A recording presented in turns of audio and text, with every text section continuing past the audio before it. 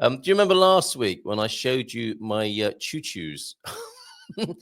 And very nice they were too last night. What I did with those, because what happens with shu-shus, I think, is they get left in the larder until you really need to eat them, or sometimes they've gone off and you think, oh, that's a shame. I'll have to chuck them out anyway now, because they're interesting.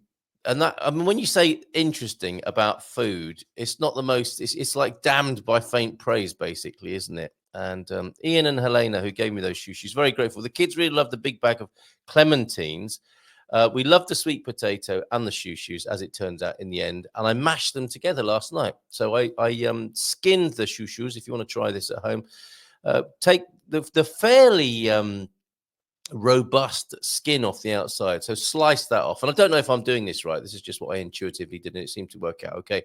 But take the hard, gnarly skin off the outside of the shu-shu, which grows here in Portugal, and then take out any there was like a core in a couple of them yesterday that I had to slice out as well. So I got rid of that and then sliced them up basically like potatoes. And that's the thing. Then they really aren't as nice as potatoes, or they're very different to potatoes, and they're not as easy, or I'm not in the habit of cooking them as I am potatoes. Potatoes win hands down for me and in this household. But we had the shu-shus, and it's rude to waste food, isn't it?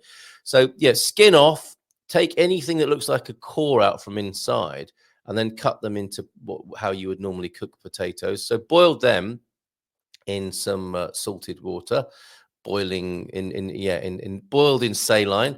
Same thing with the sweet potato that we were given as well. Great big thing, quite hard to peel, as are the shu-shus. Again, that's why I think we prefer potatoes. That's why we've got into the potato habit culturally, certainly here in Portugal and back home in Blighty. And boiled them up in separate pans because I thought they might take different times to cook.